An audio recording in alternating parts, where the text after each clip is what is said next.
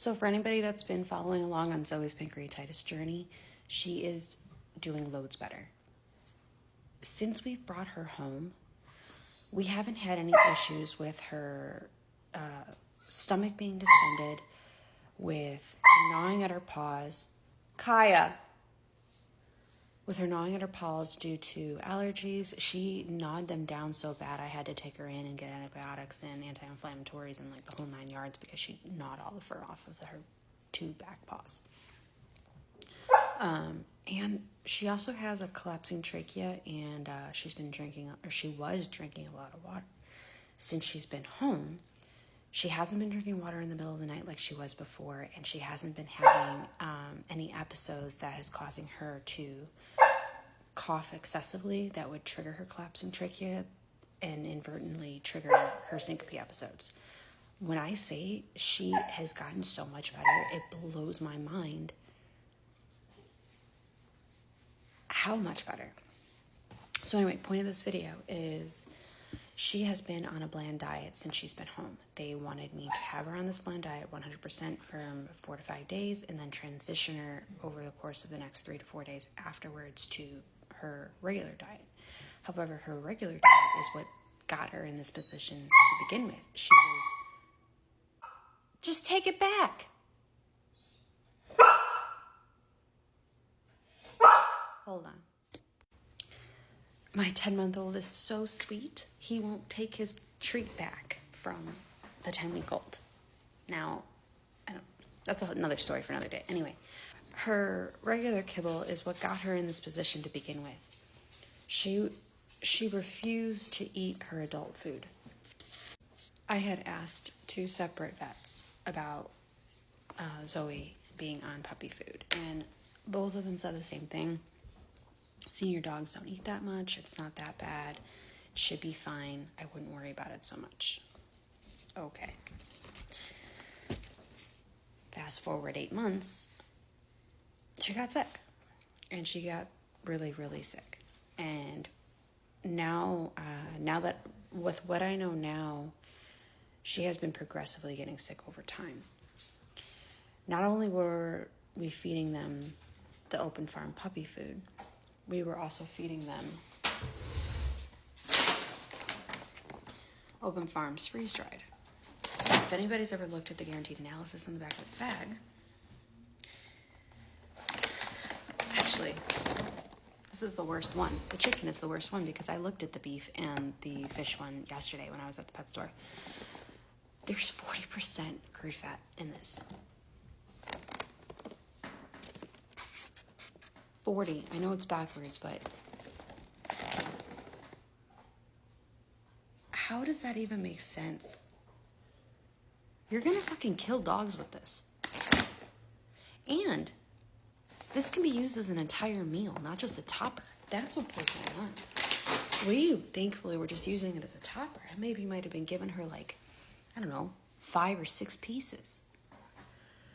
But between that plus the puppy food, I'm surprised she made it even 8 months. So anyway, we are going to be transitioning her off of her bland diet that she's been doing amazing with because it is not a properly balanced meal, which I'm well aware of. I could be adding a million other things into there, and I am not a nutritionist. So I do not know what is required to balance that meal out, not specifically. Though I do watch, I wish I knew his name, but he's on here. He actively goes through people's videos, letting them know if they're missing any ingredients within their home-cooked recipe to balance it out. And he is a certified pet nutritionist. So, with that being said,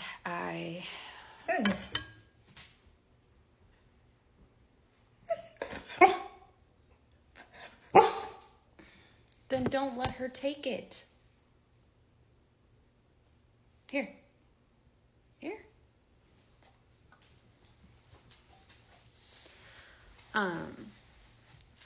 With that being said, I did a lot of research. I took some of his advice, but I actually came across this stuff, it's supposed to be coming today. It's called Dr. Harvey's Raw Vibrance Dog Food.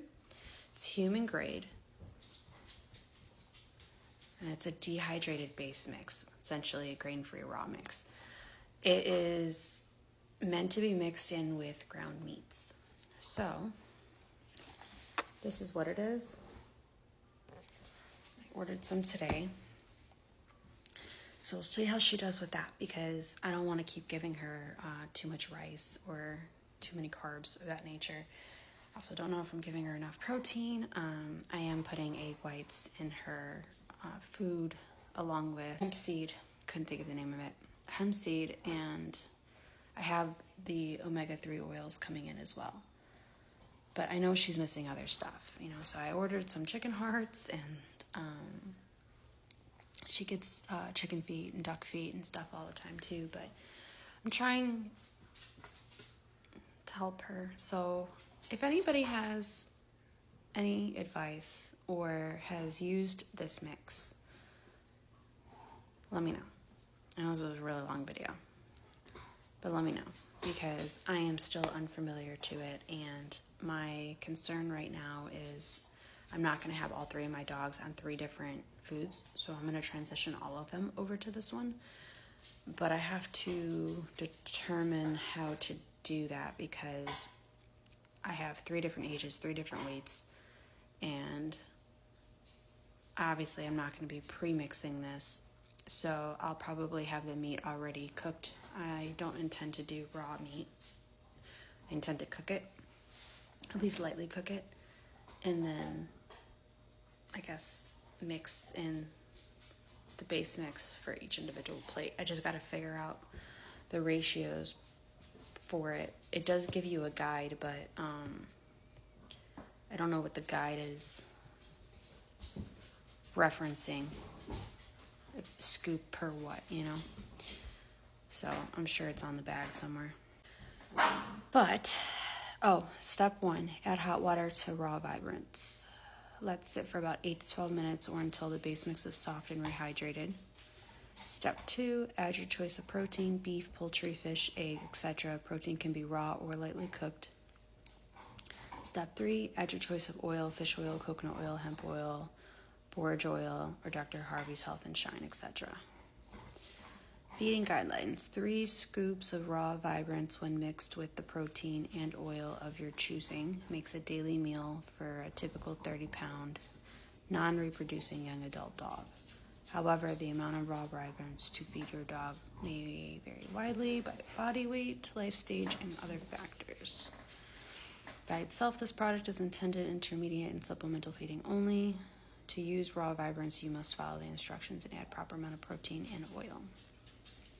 Okay. Our ingredients tell it all. Now with crushed egg cells for calcium. Oh, that's nice. I didn't know that. It has, first ingredient is broccoli, green beans, squash, celery, cabbage, carrots, crushed eggshell, spinach, beets, raw goat's milk powder, apple, blueberries, bone meal, sesame seeds, chia seeds, shiitake mushrooms, green-lipped mussel powder, ginger, kelp, parsley, eggshell membrane. That's it. That's it. The guaranteed analysis is 12% protein, 2.5% fat, 7% fiber, and 10.5% moisture. So, we'll see how this goes, because this way I can keep her fat content way down and keep doing the turkey. And then she should be good.